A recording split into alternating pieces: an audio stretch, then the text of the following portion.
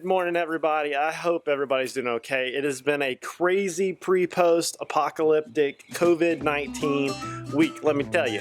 I went on a Carnival Cruise and right as this thing was kicking off, and we've got to share the experience. I felt that I needed to make this video to kind of document this whole craziness. It's this little glimpse in time that we call the coronavirus. Well, we went on a cruise on the Carnival Valor.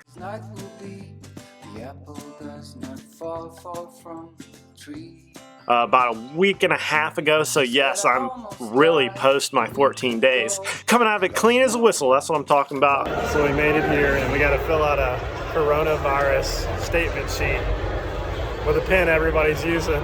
Everybody's using the same pencil. Luckily I bring my own pencil. Actually it's a pen, it's a blue pen. Very excited, Samantha, we're going on a trip.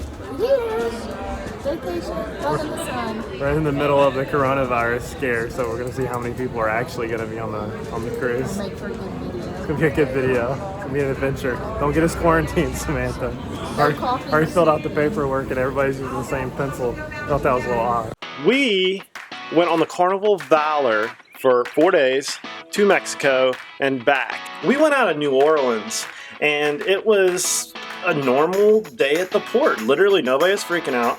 We went through customs, nobody cared. We got on the boat, nobody took our temperature. Get on a boat, be back in 4 days. Nobody looked around. We did notice that there wasn't that many people on the boat. That should have been our first sign. So we made it to the main event here. People are still getting on. There's not a lot of people. I think it's the coronavirus scare. Say it again. I haven't seen any people with masks though. Have you, Samantha? No mask yet, I don't think. Okay, trying to get to our rooms. Got us a drink. Let the party begin. And as I was sharing on my Yak Motley page and I noticed that people were freaking out over this, me and Samantha looked around, we noticed there's not that many people on the boat. It's like half full. But nobody really cared. We noticed they had hand sanitizer and we were like, hey, let's do this dance. I'm not afraid. Carnival ensured us that it was gonna be okay and that here comes the Blue Angels. And we would get through this. And so I ordered my first drink. And it was just tasty. But the service did slow down quite a bit. And we wound up getting some bad service while we were on the Carnival Cruise. This is our room. Check it out, we made it to the room. We actually got a pretty decent sized room, Samantha. Yeah, I like that the bed is in a little corner. It's got pink trim. Let the party begin. Do we get to keep this, Samantha? No. I want this on the wall at the house. I mean, I'm sure we could take it. And I think a lot of it was they had to either send home their staff back to, I guess a lot of them come from Asian countries, or they had to quarantine them in the bottom of the boat. They weren't telling us this stuff. But nobody was sniffling, nobody was sick. Samantha spilled her coffee. I already spilled water earlier. We got coffee. And we're watching the city go away. We're pulling out. It really wasn't that big of a deal. And in Mexico, they were happy to see us because once the cruise ships stopped going to Cozumel and some of these places, their economy just dies, just crushes. Like there's nobody spending money there. But for me, things didn't really get weird until we pulled up to Mexico. And when I came out to get my breakfast, I noticed that they were not letting us serve ourselves anymore. The staff was running the breakfast bar, the coffee machine, the water, and they were really, really into us not touching anything. Because trust me, I tried to get my own coffee. Me and Helmy went round and round, and some names were called, and then I realized, you know what? It might be the Corona. But we proceeded to have a good time, and we headed off into Mexico. Just for a brief, like 4 or 5 hours, and we came right back. So we're trying to get a taxi in Cozumel. This is the shadiest part of the whole thing. You never know where you're actually going. Everybody's watching me. It's super windy, so you can't like talk on the camera. Ready for some margaritas? Do the thumbs again. Check this out. Apparently in Mexico they make everything bigger. This is a 1 liter Dos Equis. Like, why can't we have these in America?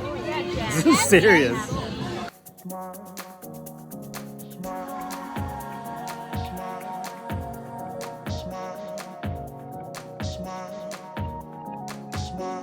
We made it to the Paradise Resort here. Got us some Dos Equis. The beach is too rough to like hang out at. It's like 80 degrees, not quite warm enough, too windy. So we came here to the pool, and nobody's even heard of the coronavirus, and nobody even cares. It's everybody's just doing their own thing. So update on coronavirus.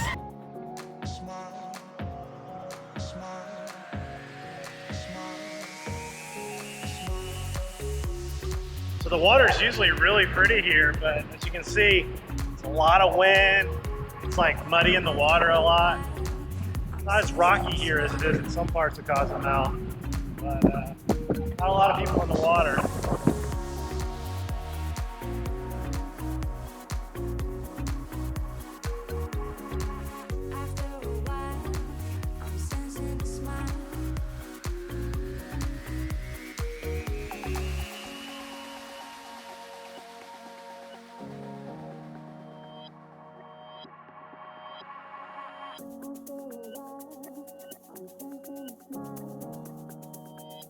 That's a vanilla, Mexican vanilla. That's the secret to my chocolate chip cookies. But we got a lot of sun. We had some really great times, and we did a little shopping. We're having a mixology contest.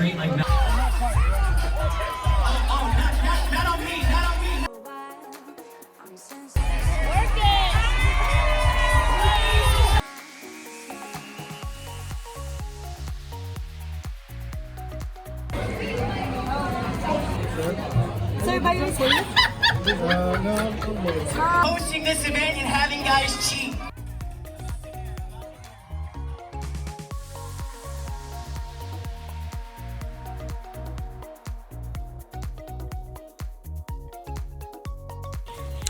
I mean, I rolled down to Mexico with a handful of Flintstone vitamins, and I just said, you know, this is going to protect me.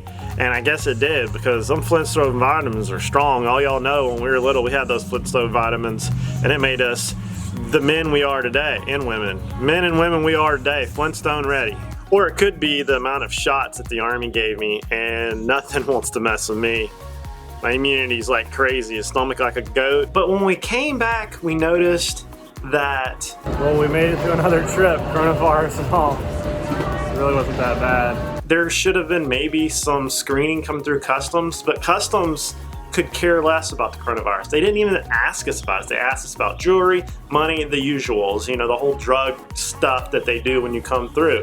But nobody was screening for the virus. So we thought it wasn't that big of a deal. The port didn't care. Of course you can't take pictures of that because they'll take your camera, because it's a controlled access. But that also says that nobody's double checking the people at the port that's doing the screening. It was very lax. I mean, the customs agent I thought too was super cool, but they weren't testing for screening or looking for people coughing and sneezing or whatever. They were more interested in, do you have a vegetable in your bag? But fast forward in a couple of days, this has gotten out of control. The stock market has absolutely tumbled. I think today it's down 2,000 points.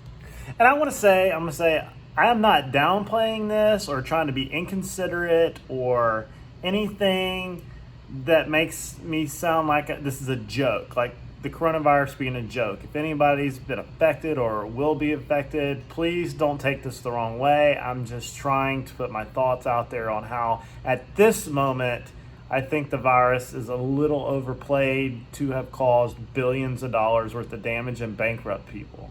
That's all I'm trying to say. This parents was calling us saying, hey, go to the bank, make sure you got money, make sure you got gas, make sure you got tuna cans and pasta salads and all this kind of weird stuff. And I was just like, I don't really understand it. It was like when that planking craze happened last time when I was deployed years ago. I had no idea what we were doing here. People were literally stockpiling toilet paper, and I had no idea why they were doing it. Like, we're almost sub 20,000 levels. This is crazy. Never thought it would go down, and I really believe that is the weaponization of the mass media. Like, it's beyond control. They're literally clickbaiting everybody into this pandemic.